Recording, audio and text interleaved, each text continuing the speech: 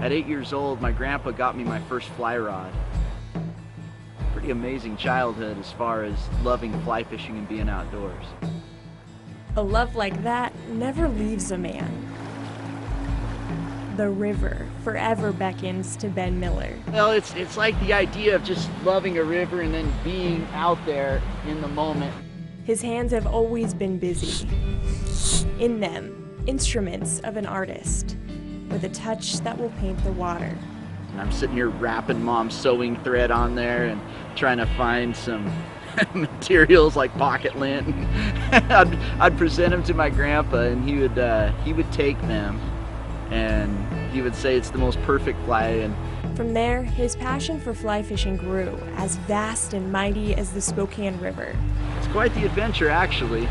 Once Miller graduated Wazoo, he took a job teaching art in his home state of Washington. But it just wasn't right. So he returned to the river. From the waters flowed his art. This is scary as heck to one day wake up and say, oh, I'm going to start making these paintings, and then go out into the world and see what the world holds for you.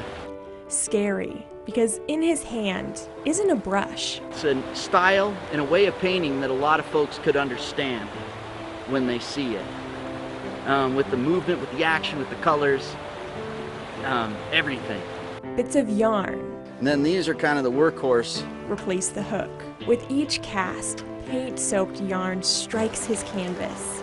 Burn umber, Payne's gray for the shadow. Amid the flow of any river, he finds the expansive empire beneath the surface.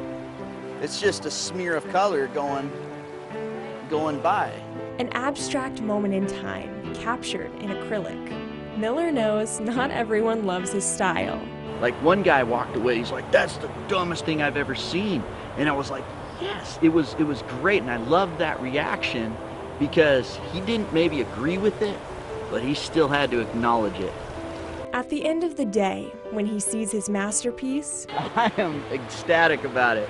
just like that, he's a kid again, returning to the river. Sometimes, I'll stand on these rivers and there's